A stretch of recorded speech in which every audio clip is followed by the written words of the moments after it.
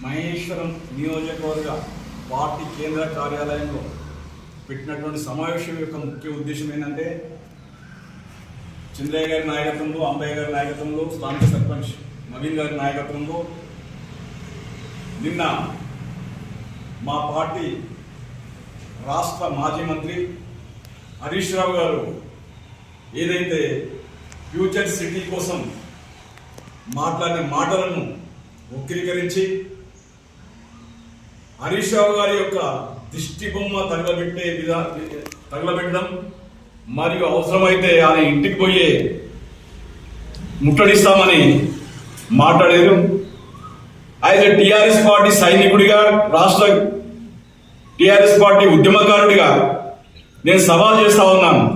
మీకు దమ్ము ధైర్యం ఉంటే స్థానికంగా గల్లీలో మాట్లాడడం కాదు, నిజమేందో సబ్జెక్ట్ ఏందో తెలియకుండా హరీష్ రావు గారు మాట్లాడిన మాటలు వక్రీకరించడం కాదు. ముఖ్యంగా ఆనాటి మా కాక కల్వకుంట్ల చంద్రశేఖరరావు నాయకత్వంలో మహేశ్వరం మండలం, కన్కూరు మండలం, కడతాల మండలం, యాచార మండలం, ఇబ్రాహీంపట్నం మండలం ఈ చుట్టుపక్కల గ్రామాల్లో పరిధిలో ఉన్నటువంటి నిరుద్యోగ యువతకు ఉపాధి కల్పించడం కోసం ఫ్యూచర్ ఫార్మాసిటీ పేరుతో రైతులను ఆనాటి గవర్నమెంట్ కేసీఆర్ గారి నాయకత్వంలో బతిమలాడి బంగశీలి ఆనాడు దాదాపుగా 14,000 ఎకరాల భూమిని సేకరించడం జరిగింది. అయితే ఆ రోజు చెప్పింది ఏంటంటే, మీ పిల్లలకు బంగారు భవిష్యత్తు కోసం, ఇక్కడ ఉన్నటువంటి నిరుద్యోగ సమస్య తీర్చడం కోసం చేసినటువంటి ప్రోగ్రాంకు మీరందరూ సహకరించండి, మీకు మంచి లైఫ్ ఉంటుంది అని చెప్పి, అయినా అప్పుడున్నటువంటి మార్కెట్ రేట్ ప్రకారం వాళ్ళకి న్యాయం చేయడం జరిగింది. దానికి వ్యతిరేకిస్తూ ఆనాడు ప్రతిపక్షంలో ఉన్నటువంటి రేవంత్ రెడ్డి గారు కానీ, ఇప్పుడున్నటువంటి ముఖ్యమంత్రి రేవంత్ రెడ్డి గారు కానీ, బట్టి విక్రమార్క కానీ, సీతక్క గారు కానీ స్థానిక అసెంబ్లీ ఎన్నికల్లో చెప్పిన మాటలు ఏంటంటే, మా గవర్నమెంట్ కనుక అధికారంలోకి వస్తే ఈ ఫార్మాసిటీ కంపెనీని రద్దు చేసి తిరిగి రైతులకు భూములు ఇస్తా ఉంటాం అని మాటలు చెప్పడం జరిగింది.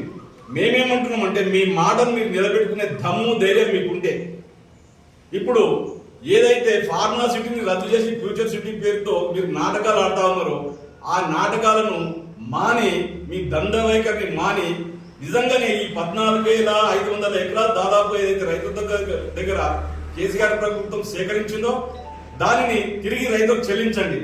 మీరు నిజంగానే ఫ్యూచర్ సిటీ కట్టాలనుకుంటే తిరిగి రైతులను ఒప్పించి మెప్పించి వాళ్ళ దగ్గర తిరిగి తీసుకొని మీరు ఫ్యూచర్ సిటీ కడతారా, ఇంకే సిటీ కడతారా, అది మీ ఇష్టం.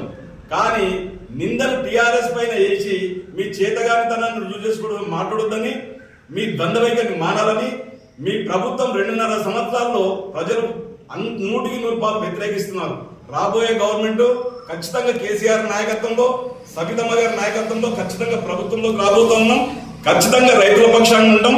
మీరు ఫ్యూచర్ సిటీ ఒకవేళ కడితే దానికి అనుకూలంగా కూడా మేము మద్దతు ఇస్తామని, ఇకనైనా మీరు ద్వంద్వ వైఖరి మానాలని మీ కళ్ళబోలి మాటలు మీ ప్రజలు చాలా తీవ్రంగా అలజడికి గురవుతా ఉన్నారు.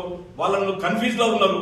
దాన్ని నివృత్తి చేయాల్సినటువంటి బాధ్యత సీఎం రేవంత్ రెడ్డిది కానీ, బట్టి విక్రమార్క కానీ, సీతక్కది కానీ, స్థానిక లోకల్ లీడర్స్ ఎవరైతే ఉన్నారో వాళ్ళు కూడా తమ మాటలను వెనుకకు తీసుకొని సర్దుకొని ఉండాల్సిన అవసరం ఉంది. ఎందుకోసం చెప్తున్నా ఈ మాట అంటే, ఖచ్చితంగా ఖబర్దారని హెచ్చరిస్తున్నాం. వచ్చే గవర్నమెంట్ కేసీఆర్ గారి నాయకత్వంలో, సబితమ్మ గారి నాయకత్వంలో మాదే గవర్నమెంట్ వస్తుంది. ఒళ్ళు దగ్గర పెట్టుకుని ఉండాలని కోరుతా ఉన్నాం.